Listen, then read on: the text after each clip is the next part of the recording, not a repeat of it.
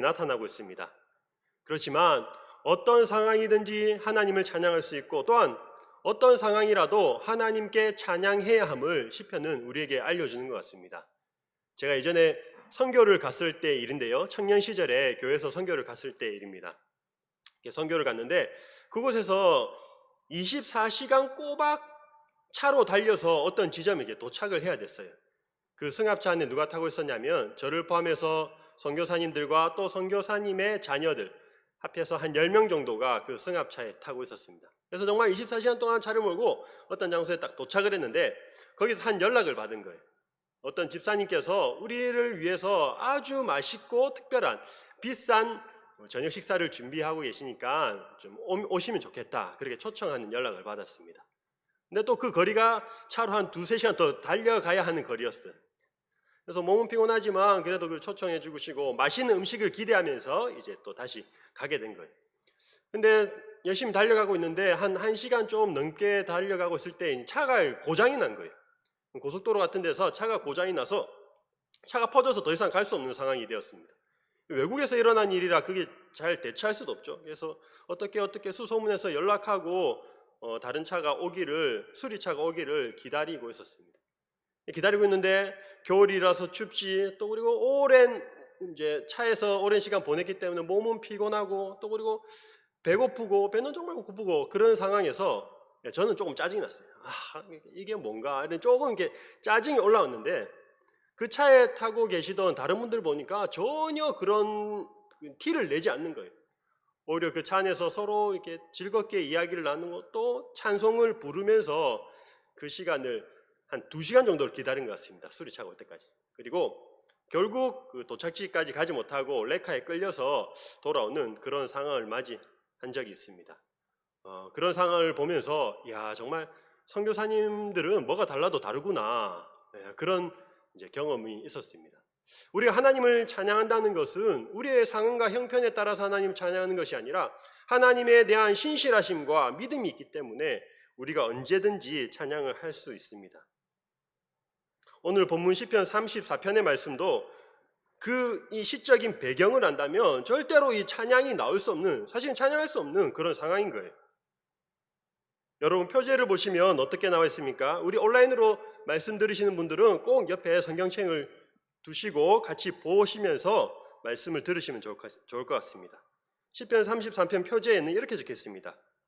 다윗이 아비멜렉 앞에서 미친 채 하다가 쫓겨나서 지은 시라고 이렇게 기록을 되어 있습니다. 여러분, 그런데요, 이 만약에 표제가 없다면, 표제가 없이 34편의 내용을 살펴본다면 전혀 이런 어려운 상황이라는 것을 눈치챌 만한 단서를 사실은 찾아보기 힘듭니다. 과연 이 표제가 이 시에 맞나라는 의심이 들 정도로 그 내용은 전혀 다른 내용, 하나님을 찬양하고 그런 교훈적인 내용을 담고 있다는 것이죠.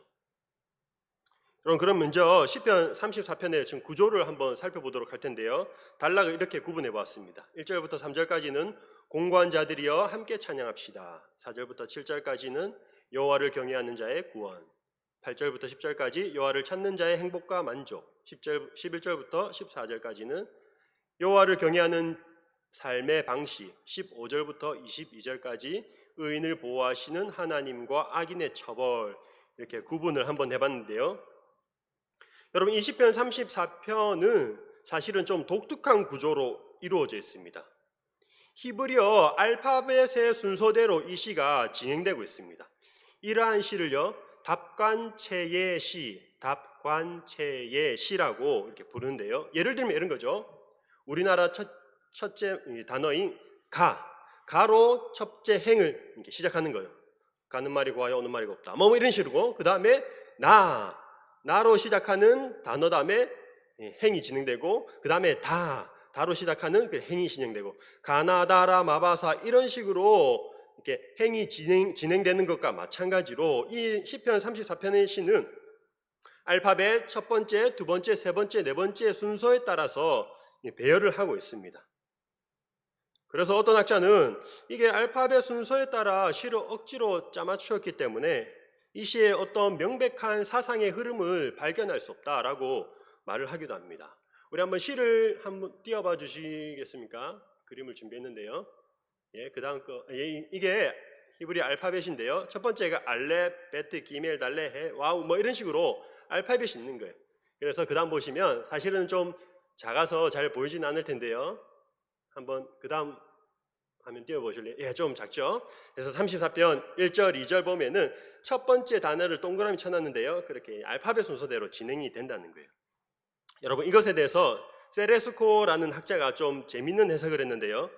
이렇게 알파벳을 배열한 것은 어떤 인위적인 배열을 한 것이 아니라 사실은 이스라엘의 지혜 사상을 반영하고 있다라고 주장을 합니다. 그러면서 이게 그 근거를 대는 것이요. 사실 이 시편 34편이 정확하게 말하면 알파벳 순서대로만 진행되는 것은 아닙니다. 원래라면 마지막 행에 마지막 알파벳인 타우라는 그런 글자로 마무리가 돼야 되는데요. 사실은 페라는 그 중간 알파벳을 사용해서 맞추고 있습니다. 영어로 치면은 Z로 마무리돼야 되는데 P로 맞추고 있다는 그런 셈이죠. 그런데 이렇게 배열한 의도가 있다는 겁니다. 그 시 한번 띄워봐 주시겠습니까? 예, 그 전에 34편 전체가 나온 시를 한번 띄워봐 주시면 좋을 것 같습니다. 맨 처음에 알파벳 알렙 동그라미 친 부분에 2절이라 되는 부분에요. 맨 처음 알파벳 알렙 이게 나오고 중간에 동그라미 친 게 이게 라멧이라는 알파벳이고요. 그 다음에 마지막에 이 페라는 이 단어가 있는데요. 처음과 중간과 마지막 이 세 자음을 연결하면요. 알라프라는 그런 단어가 나옵니다. 알라프라는 단어가 나오는데요. 이 단어는 그 다음 화면입니다. 알라프라는 단어가 나오는데 그 단어는 배우다, 가르치다, 능숙하다 이런 뜻이 있습니다. 그리고 이 시편 34편 가운데 부분인 11절의 말씀을 보시면 내가 너희에게 가르치리로다 라고 나와 있는 것을 볼 수 있습니다. 가르치다라는 말에 똑같은 동의어를 써서 너희에게 가르치리로다 라고 말을 하고 있는데요. 그래서 결론적으로 말씀드리자면 이 시가 어떤 교훈적인 의도에 의해서 쓰여진 시다. 그리고 그런 의도에 따라서 배열한 것이다 라고 할 수 있다는 것입니다. 우리나라 말로 기록되어 있어서 사실 참 눈치채기는 힘들지만 이 시편 34편의 구조가 아주 치밀하게 짜여져 있다는 것, 그것을 보여주고 있습니다. 그럼 이제 좀 내용적인 부분을 함께 살펴보도록 할 텐데요. 첫 번째 보시면 공고한 자들이 함께 찬양합시다. 1절부터 3절까지의 말씀이 나와 있습니다. 사랑하는 성도 여러분, 다윗이 지금 이 시를 쓰고 있는 상황이 어떤 상황일까요? 표제를 보면 알 수 있는데요. 이 표제 부분을 알 수 있는 그 배경이 되는 사건이 있습니다. 사무엘상 21장에 그 사건이 기록되어 있습니다. 간략하게 요약하면 이렇습니다. 다윗이 사울 왕의 질투를 사게 됩니다. 사울은 천천히요, 다윗은 만만히로다. 다윗의 인기가 점점 높아지자 사울이 질투하게 되죠. 그래서 사울이 다윗을 죽이려고 쫓아다닙니다. 그 가운데 다윗이 여기저기 이스라엘 여기저기 막 도망다니게 되죠. 굴에도 숨고 제사장 집에도 숨고, 그런데 사울이 다 찾아내서 결국은 계속해서 이렇게 도망다니는 신세가 됩니다. 다윗이 생각하기를 어디가 제일 안전할 것인가 생각해낸 곳이 블레셋이었습니다. 블레셋. 왜냐하면 당시에 이스라엘과 블레셋은 서로 적국이었기 때문에 블레셋에 도망치면은 전쟁이 아니고서야 사울이 그 블레셋 땅까지는 오지 않을 것이다. 그런 판단이 서게 된 것이죠. 그래서 다윗이 이 블레셋 땅으로 들어가게 됩니다. 그래서 블레셋 가드의 왕, 가드라는 지역의 왕 아기스의 한테 가서 이렇게 숨는 그런 사건이 사무엘상 21장에 나와 있습니다. 여러분, 그런데 조금 이상한 부분이 한 가지 있는데요. 시편 34편의 표제 보시면 아비멜렉 앞에서 미친 채 하다가라고 이렇게 쓰여 있잖아요. 그러니까 왕의 이름이 아비멜렉이라고 표현되어 있는데 사무엘상 그 배경이 되는 사무엘상 21장에 보면은 가드 왕 아기스라고 나옵니다. 그럼 우리가 이것을 어떻게 해석해야 될까요? 이것은요, 우리가 애굽의 왕 바로를 생각하면 좀 좋을 것 같습니다. 우리가 이집트의 왕, 애굽의 왕을 바로라고 부르는데 이 바로라는 것은 어떤 한 개인의 지칭하는 게 아니라 이집트의 왕을 통칭하는 그런 명칭이었다는 것이죠. 로마의 황제를 가이사 뭐라고 하는 것과 마찬가지입니다. 어떤 개별적인 이름이 아니라 이집트의 왕을 전체적으로 통칭해서 쓰는 말이 바로였습니다. 네. 마찬가지로 이 팔레스타인 지역, 블레셋을 포함한 팔레스타인 지역의 왕을 명칭할 때에 그 통칭하는 말이 아비멜렉이라는 그 호칭을 사용했다는 것이죠. 근거로 들 수 있는 게 창세기 26장에 보시면요. 창세기 26장에 흉년이 들어서 아브라함의 아들 이삭이 흉년을 피해서 이제 먹을 것을 찾아 나서게 되는데 어디로 가느냐? 그랄 땅 블레셋 왕 아비멜렉에 갔다고 이렇게 표현을 하고 있습니다. 그러니까 그때 당시도 블레셋 왕을 아비멜렉이라고 불렀다는 것을 알 수 있죠. 그래서 결국은 이 아기스는 아비멜렉과 동일 인물이다. 아기스를 또 다른 말로 부를 수 있는 게 또 아비멜렉이다라고 같은 사람을 뜻한다고 말씀드릴 수 있을 것 같습니다. 여러분 이제 다윗이 아기스에게 피하긴 피했는데 거기서 이제 문제가 발생하는 거예요. 그 아기스의 신하들이 다윗을 알아본 겁니다. 사실 다윗은 이 가드 블레셋 땅에서 좀 유명한 사람이었어요. 왜냐? 다윗이 소년 시절에 누구를 죽이게 되죠? 블레셋의 장수 골리앗을 죽이는 그런 엄청난 사건이 있었습니다. 근데 그 골리앗이 어느 지역의 사람이었느냐? 블레셋 중에서도 가드 사람이었습니다. 가드 사람 골리앗이라고 성경에 나와 있는데요. 그러면 그 가장 적의 정중앙에 다윗이 들어가게 된 것이고 그곳에서 다윗을 알아봤던 사람들이 있었다는 것이죠. 그래서 신하들이 아기스 왕한테 말합니다. 다윗은 분명히 우리에게 위협이 될 만한 사람이다. 그 사람을 쫓아보내야 된다. 아니면 죽여야 된다. 뭐 이렇게 이야기를 합니다. 그러자 다윗이 했던 행동이 오늘 본문에 나오는 것처럼 미친 채를 하는 거예요. 대문에 막 이렇게 그적거리고 막 이렇게 침을 질질 흘리면서 미친 채를 하면서 겨우겨우 목숨을 부지해서 살아남는 그런 내용이 사무엘상 21장에 나와 있고요. 그러한 배경 가운데에 쓴 것이 오늘의 시라는 거예요. 여러분 가드가 골리앗의 고향이라는 것을 모르고 다윗이 갔겠습니까? 아마 그렇지 않았을 것 같아요. 골리앗의 고향이라는 걸 알고 있지만 이 일을 미뤄보아서 다윗이 지금 상황에서 얼마나 위급하고 자기에게 위협이 되고 도저히 피할 곳이 없는 상황인지를 우리가 추측해 볼 수 있다는 것이죠. 많은 사람들이 보는 앞에서 자기의 자존심을 다 내려놓고 자기 목숨 하나 구하고자 이렇게 미친 채를 했다는 거 얼마나 수치스럽겠습니까? 사무엘에게 기름 부음을 받고 장차 왕이 될 것이라는 그 말을 들었는데 현실은 정말 비참하기 짝이 없는 그런 상황입니다. 그런데 그때 다윗이 고백하고 있는 내용이 무엇입니까? 여러분 1절인데요. 제가 한번 읽어보도록 하겠습니다. 다윗이 이렇게 고백하고 있습니다. 내가 여호와를 항상 송축하며 내 입술로 항상 주를 찬양하리이다. 여러분 사실 찬양을 전혀 할 수 없는 그런 상황인데요. 자존심은 구겨질 대로 구겨져 있고 미래는 여전히 불안정하고 목숨도 아직 위태롭고 해결된 그런 문제는 전혀 없는 그런 상황입니다. 그런데 그런 상황과 형편과 상관없이 다윗이 하나님을 찬양하고 있습니다. 아니 하나님을 그래도 내가 찬양하겠다라고 이렇게 결심하면서 하나님을 찬양하고 있습니다. 좋을 때 어떤 기쁠 때만 찬양하는 것이 아니라 1절에서 보시면은 항상이라는 단어죠. 항상 하나님을 송축하고 하나님을 찬양하고 하나님을 기뻐하겠다. 다윗이 결단하고 있는 거예요. 신약의 사도 바울도 비슷한 고백을 하죠. 데살로니가전서 5장 16절에서 항상 기뻐하라. 항상 기뻐하라라고 말하고 있습니다. 어떤 내가 감정에 이끌려서 기뻐하는 것이 아니라 그 기뻐하는 것을 명령하고 있는 것이죠. 사랑하는 성도 여러분, 어떤 이해할 수 없는 상황 그리고 괴로운 상황 속에서도 하나님을 향한 찬양은 계속되어야 될 줄로 믿습니다. 여러분 우리가 여기 결혼하신 분들이 대부분 계신데요.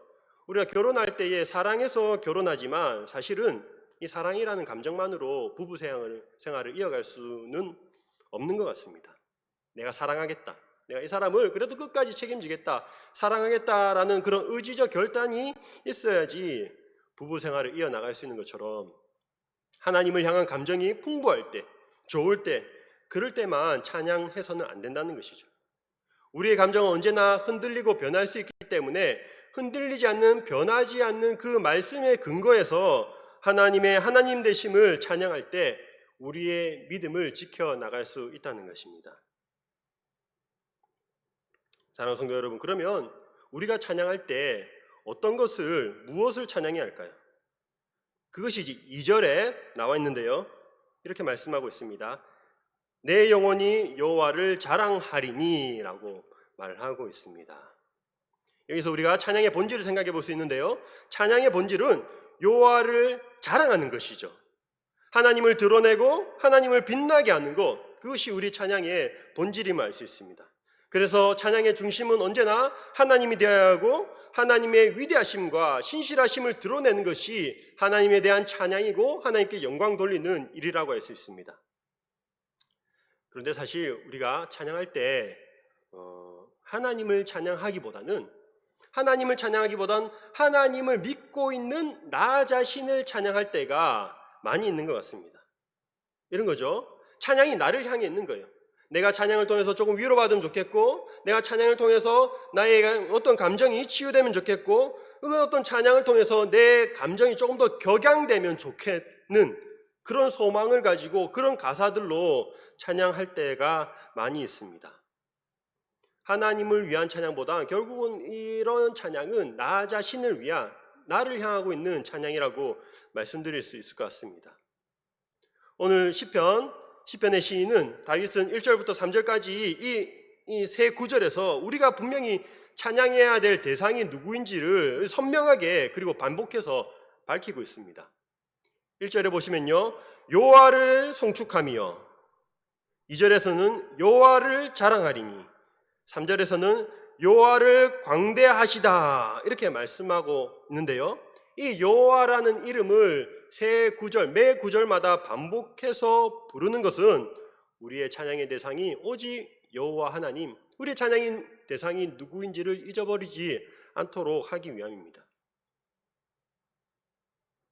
여러분, 다윗이 자신의 현재 상황을 생각하면 어떤 자기 연민에 빠져서 슬픈 노래, 이런 노래를 부를 것 같은데요. 전혀 그렇지 않다는 것이죠. 왜 그렇습니까?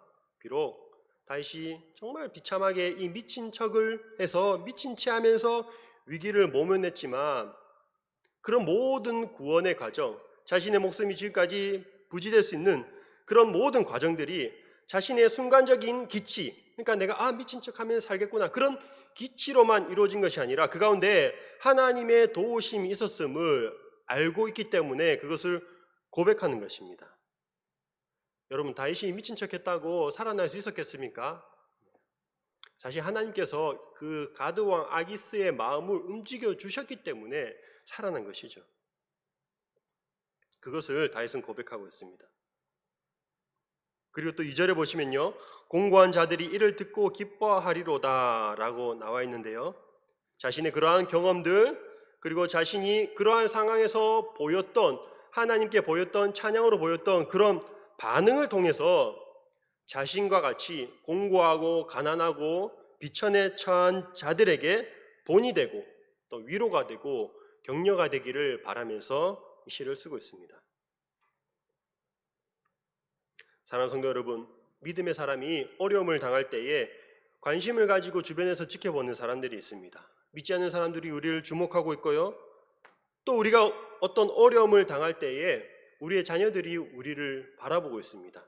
어떻게 대처하나, 어떻게 반응하나 지켜보고 있습니다. 코로나의 상황에서도 마찬가지입니다. 계속해서 변하는 그런 상황 가운데에 교회의 지도자들이 과연 이런 상황에 어떤 감정을 드러내고 또 어떻게 대처하는지, 반응하는지, 그런 모습들을 우리 많은 성도님들이 지켜보고 계십니다. 다윗이 비록 미친 체하며 침을 흘리고 또 자신을 신뢰했던 많은 사람들에게 조금 부끄러운 모습을 보여주지만 하나님을 향한 그 끊임없는 찬양과 경배를 통해서, 그래 나는 부끄럽지만, 나는 완전하지 않지만 하나님은 완전하시며 하나님은 자랑할 만하다, 자랑할 만하신 분이라는 것을 계속해서 보여줌으로 인해서 누군가가 다윗의 모습을 통해서 귀감이 되고 본을 얻게 된다는 것이죠. 그러면서 3절에서는 그래 우리도 함께 찬양하자고 독려하고 있습니다. 여러분 3절에서 함께 여호와를 광대하시다 하며라고 나와 있는데요. 나와 함께 여호와를 광대하시다 하며 이렇게 나와 있는데 사실 이 광대하시다라는 뜻은요. 위대하게 만들다라는 뜻을 갖고 있습니다. 하나님을 우리가 함께 위대하게 만드십시다. 하나님 위대하게 만듭시다. 좀 말이 이상하죠. 이 말의 뜻은 하나님 위대하신 분인데 우리가 찬양한다고 해서 더 위대해 주시는 것은 아니죠. 이 말의 뜻은 그런 것이 있어요. 이런 뜻이 있습니다. 어떤 우리의 찬양을 통해서 하나님 위대하시게 만들자는 것이 아니라 하나님을 찬양함으로 인해서 우리가 하나님이 어떤 분인지 더 깨닫고 경험하자, 알게 되자라는 그런 의미를 포함하고 있습니다. 우리 이제 두 번째 단락으로 넘어갈 텐데요. 4절에서 7절까지입니다. 여호와를 경외하는 자의 구원 이렇게 나와 있는데요. 이 4절부터 7절까지는 하나님을 경외하는 자들을 구원하신다 그런 내용이 나와 있습니다. 그래서 4절부터 7절까지의 주제는 사실은 명확합니다. 그게 처음과 끝에도 나와 있는데요. 4절 처음에 어떻게 나와 있습니까? 내가 여호와께 간구하매 이렇게 나와 있죠. 그리고 7절 마지막을 보시겠습니까? 그들을 건지시는도다.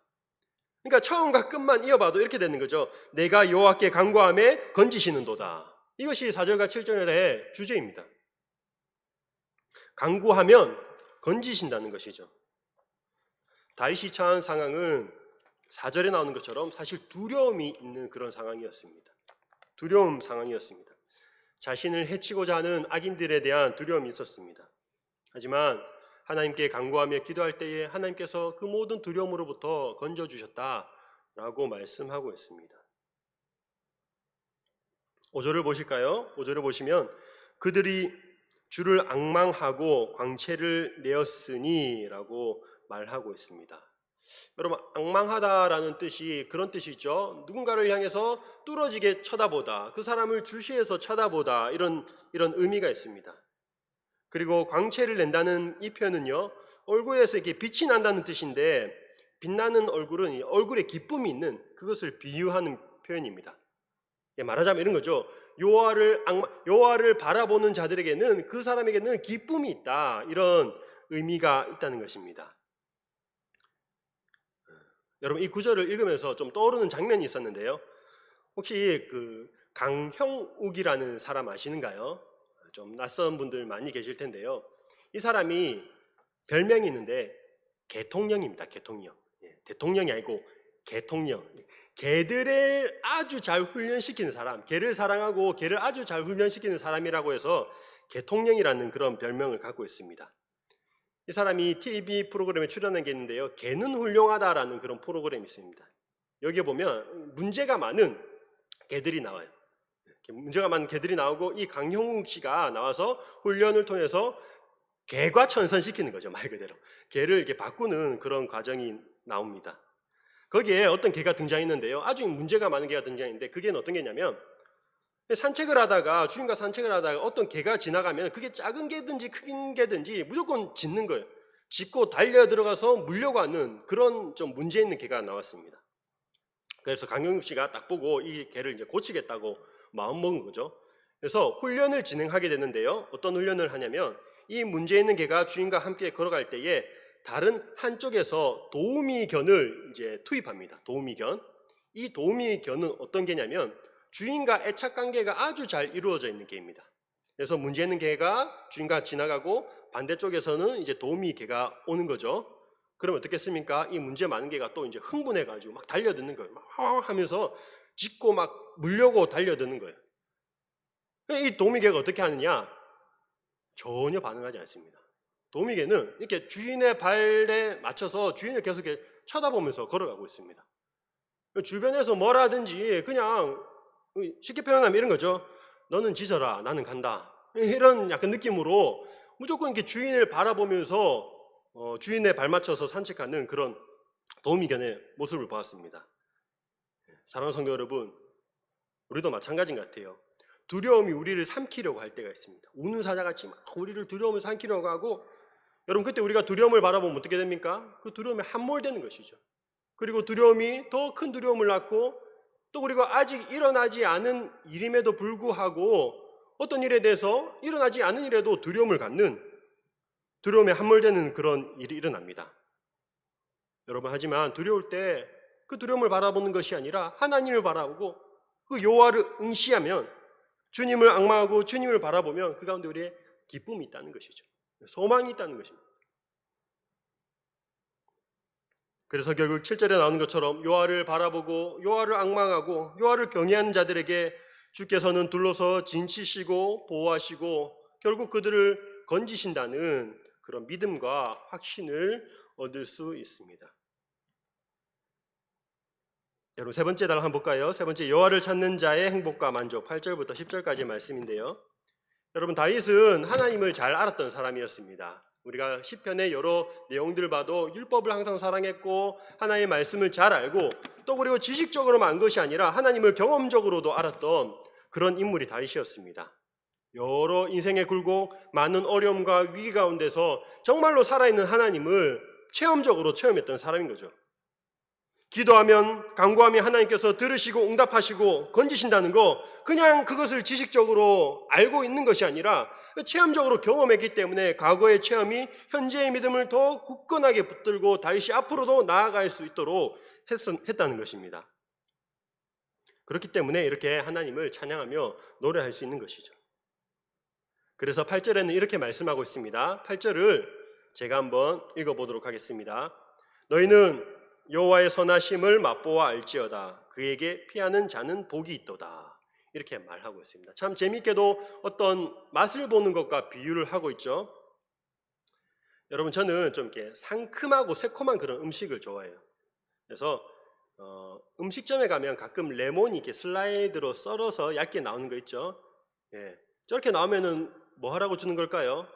이렇게 손으로 잡아가지고 이렇게 쭉 짜서 어떤 음식에 짜서 먹으라고 이렇게 주는 거죠. 근데 가끔 저는 그것을 음식에 짜지 않고 입으로 뜯어 먹을 때가 있습니다.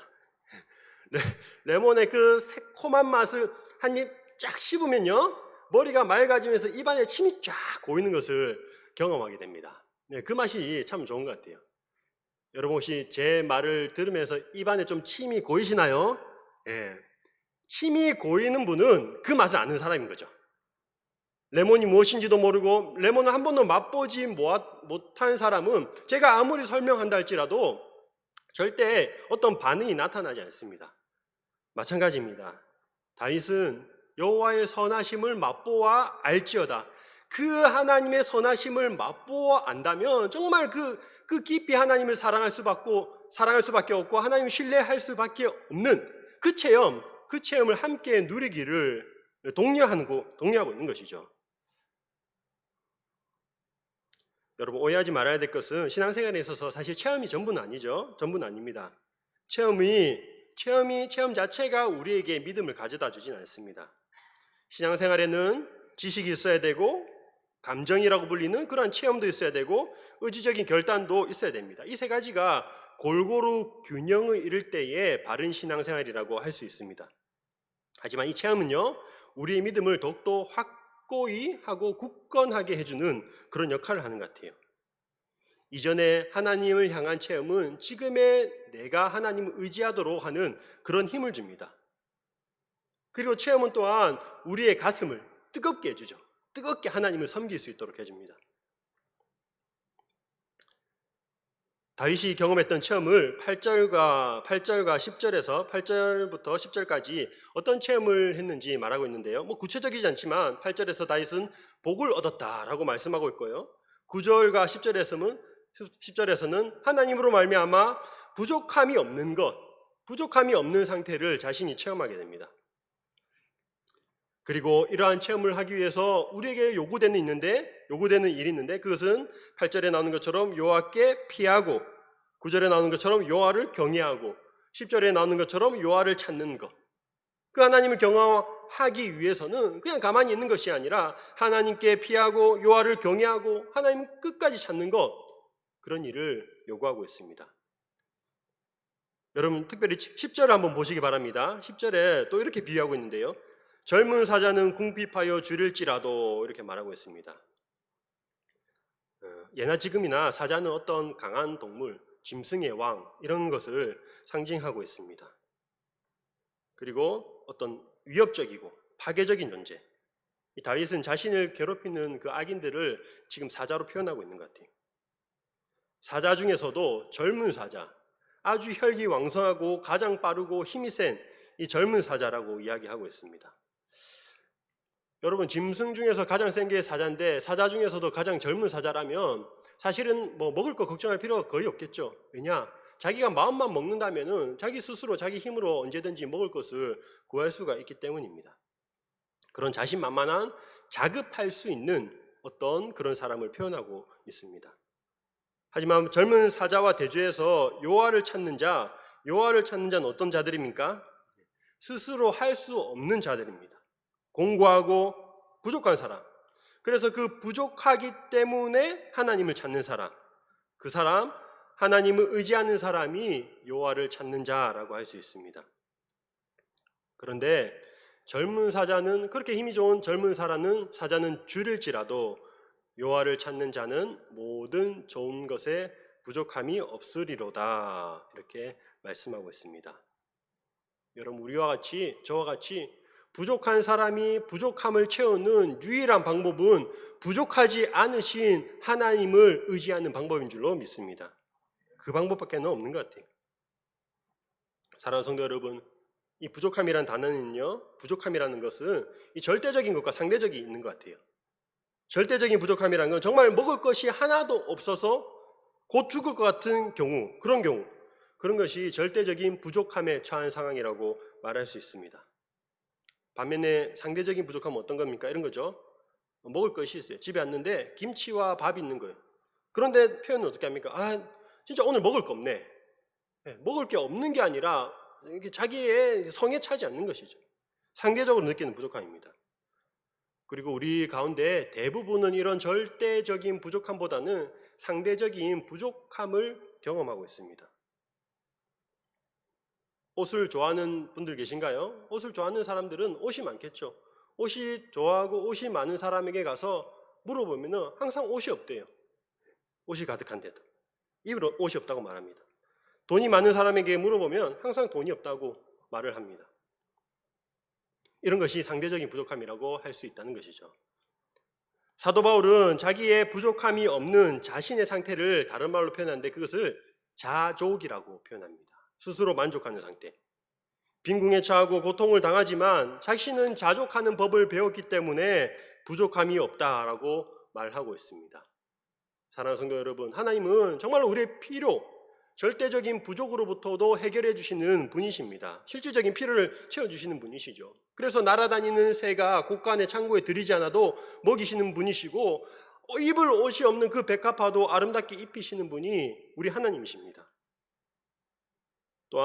또한 이 실질적인 필요뿐만 아니라 우리는 어떤 것이 상대적으로 부족하다고 할지라도 절대적인 하나님으로 인해서 하나님 한 분만으로 만족할 수 있는 존재입니다. 우리가 하나님을 찾고 그 하나님 안에 거하면은 우리는 정말로 말씀에서 말하는 것처럼 주님 한 분만으로 만족하게 될 줄로 믿습니다.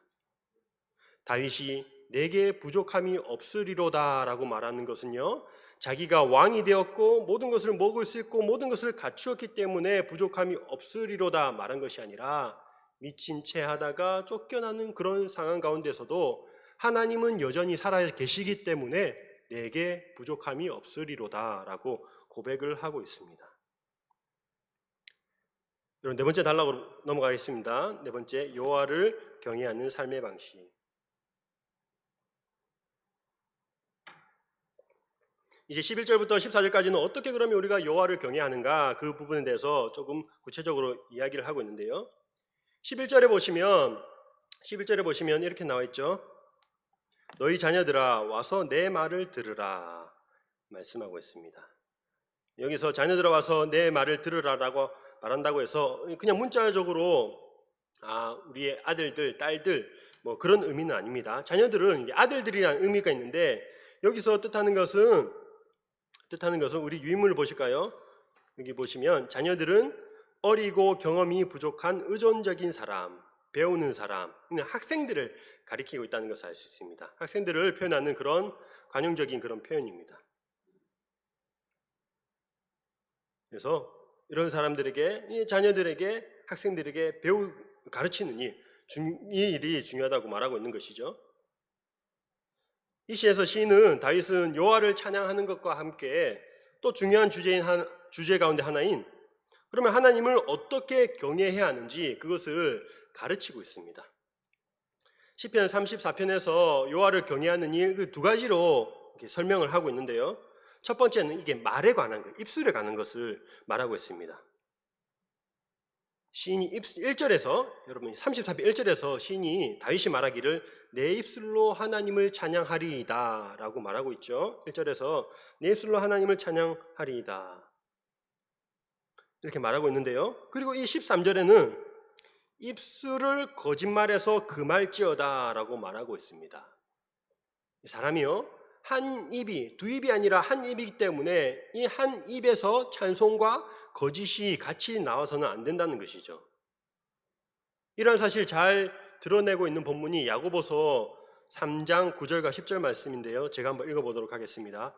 이것으로 우리가 주 아버지를 찬송하고 또 이것으로 하나님의 형상대로 지음을 받은 사람을 저주하나니 한 입에서 찬송과 저주가 나오는도다. 내 형제들아 이것이 마땅하지 아니하니라 라고 말씀하고 있습니다. 여러분 사실 우리가 살아가면서 그리고 교회에서도 그렇고요. 가장 많이 상처받는 부분이 이 말 때문이 아닌가 싶습니다.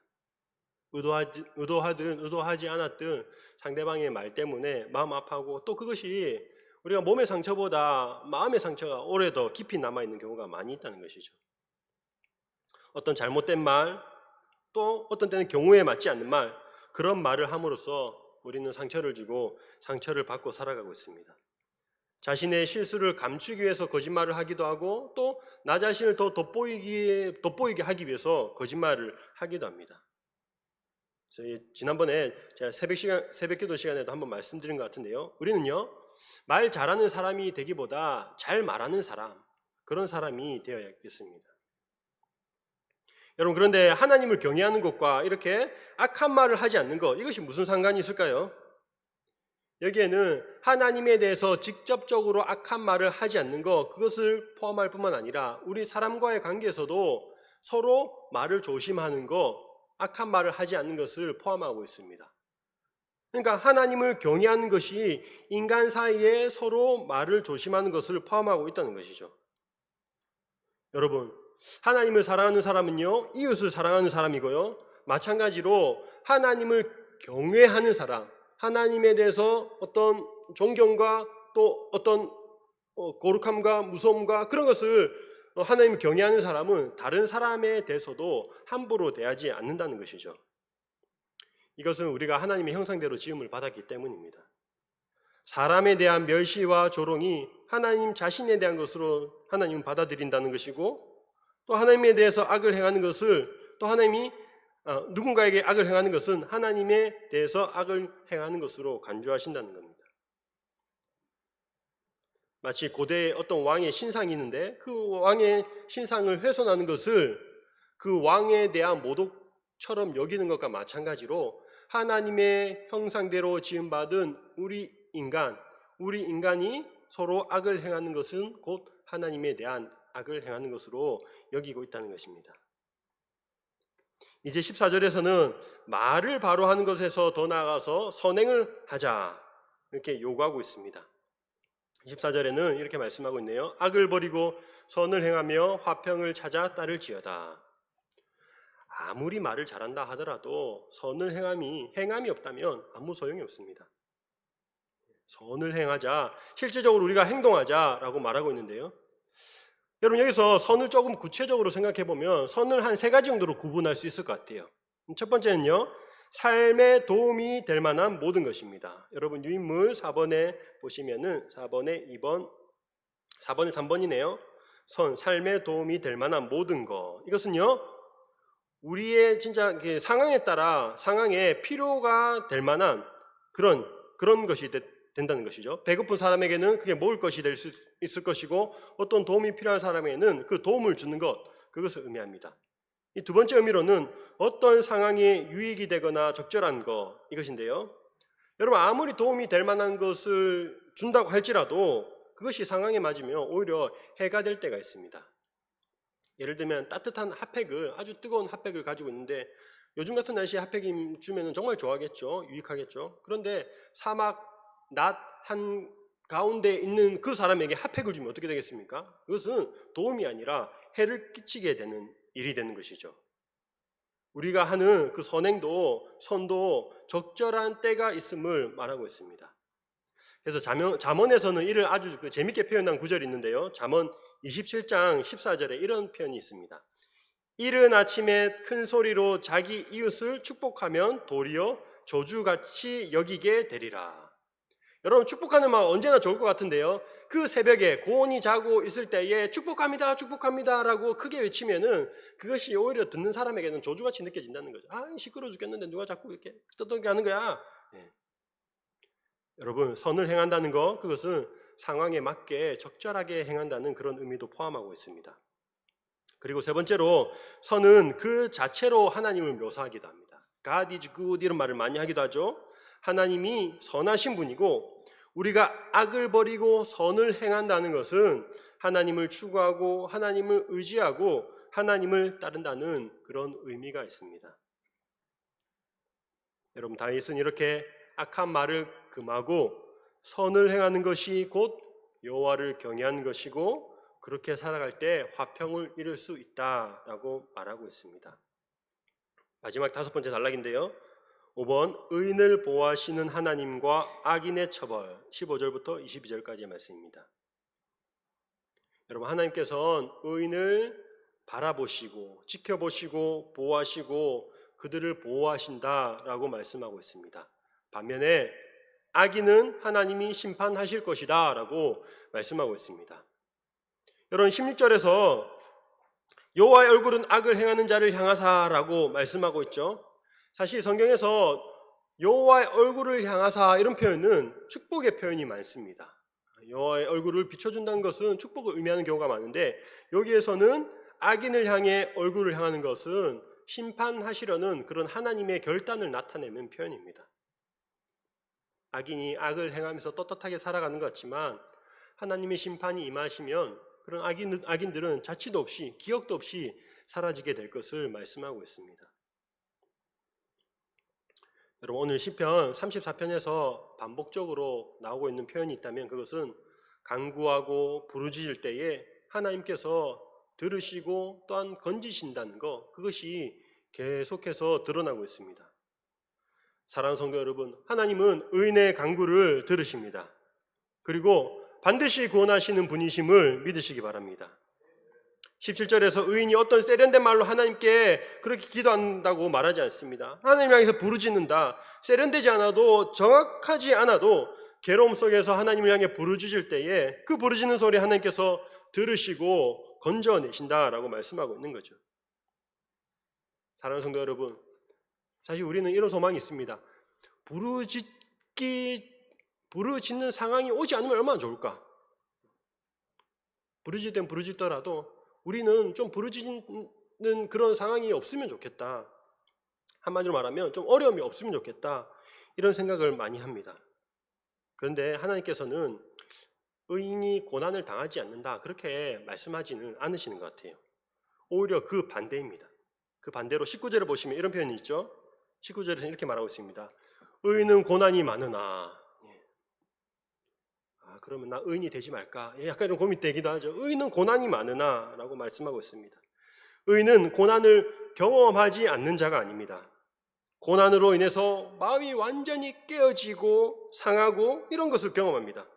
하지만 하나님은 동시에 피할 길을 주시는 분이신 것이죠. 고난이 많으나 건지시는도다 라고 말씀하고 있습니다. 그리고 그렇게 피할 길을 방법을 알려주시는데 그것이 무엇이냐? 하나님께 구하고 부르짖는 것이다 라고 말하는 것이죠. 하나님께서는 고난받는 자들의 마음이 완전히 산산이 부서지고 깨어지는 것, 그런 것을 경험하지만 몸은 건들 수 없다. 결국에는 구원하시고 건져주실 것을 약속하고 있습니다. 그래서 이어서 20절에 이렇게 말씀하고 있는데요. 우리 여기 계신 분들은 같이 한번 읽어보도록 하겠습니다. 20절입니다. 그의 모든 뼈를 보호하시며 그 중에서 하나도 꺾이지 아니하도다. 아멘. 이 말은 고난받는 자들이 하나님의 그 보호하심 아래서 상처 없이 어려움에서 벗어날 것이다. 그것을 말씀하고 있는 거예요. 철저히 보호하시는 것을 표현하는 그런 관용적인 표현이라고 할 수 있습니다. 우리말로 하자면 이런 거죠. 야, 나랑 결혼하면 손에 물 한 방울 안 묻히게 해줄게. 여러분 사실 뭐 그렇게 될 수 있을까요? 너 고무장갑 검 이렇게 할 수도 있겠지만 그거는 그냥 이게 내가 그만큼 결혼하면 너를 아껴줄게 이런 표현인 것이죠. 마찬가지로 의인이 고난을 당하지만 그 가운데도 하나님의 완전한 보호가 있다는 거 그것을 말씀하고 있습니다. 사랑하는 성도 여러분, 방금 읽은 20절의 말씀 시편 34편 20절의 말씀이 이루어진 때가 있는데요. 그것이 바로 예수님께서 십자가에 달려 돌아가셨을 때에 이 구절이 인용되었습니다. 요한복음 19장 36절의 말씀에 이렇게 표현하고 있습니다. 이 일이 일어난 것은 그 뼈가 하나도 꺾이지 아니하리라 한 성경을 응하게 하려 함이라. 십자가의 처형을 당한 사람은 그 사람의 생사 여부를 확인하기 위해서 군인이 마지막으로 몽둥이로 쳐서 다리뼈를 부러뜨려야 됐는데요. 이 군인이 다리뼈를 부러뜨리려고 예수님께 다가가 보니까 이미 목숨이 끊어진 거예요. 돌아가신 것이죠. 그래서 예수님의 뼈는 부러뜨리지 않는 그 사건이 표현되어 있고요. 그 사건에 대한 해석이 요한복음 19장 36절에 나온 것처럼 그 뼈가 하나도 꺾이지 아니하리라 한 성경을 응하게 하려 하심이다 라고 표현되어 있습니다. 여러분 시편 34편에서 그 뼈가 꺾이지 않는 사람이 어떤 사람이죠? 의인이죠. 의인. 결국 그 예수님께서 다리뼈가 꺾이지 않으신 것은 예수님이 의인이심을 드러내 보여주고 있습니다. 사랑하는 성도 여러분, 물론 예수님은 죽으셨습니다. 고난 당하셨고요. 다리뼈는 꺾이지 않으셨지만 몸에 수많은 상처를 입으셨습니다. 하지만 그게 끝이 아니라 그로부터 더 큰 승리를 얻으셨고 건짐을 받았습니다. 죽음으로부터 건짐을 받았다는 것이죠. 사랑하는 성도 여러분, 우리는 하나님이 살아계심을 믿습니다. 우리에게 어떤 고난이 주어진다고 하더라도 그 고난을 견디고 그 고난으로부터 피할 길을 내주시고 우리를 건지실 것이라는 그런 우리에게 믿음이 있으면 좋겠습니다. 그 방법이 어떻습니까? 하나님께 간구하고 하나님께 부르짖고 하나님께 기도하는 것이다 라고 오늘 시인은 말하고 있습니다. 자신이 어려움 가운데에 하나님께 부르짖었을 때에 건져주시는 그 하나님, 그 자신의 경험과 체험을 빗대어서 고난에 건지시는 그 하나님을 경험하기를 촉구하고 있고, 그래서 우리 다 같이 하나님을 찬양하자, 우리 하나님을 송축하자, 위대하신 하나님께 영광을 돌리자라고 말하고 있습니다. 우리의 기도를 들으시고 또한 그 기도대로 반드시 응답하시는 하나님을 믿으며 언제나 하나님을 찬양하고 하나님께 영광 돌리는 우리 모두가 되기를 주님의 이름으로 축원합니다. 기도하겠습니다. 살아계신 하나님 아버지 감사드립니다. 하나님 어떤 상황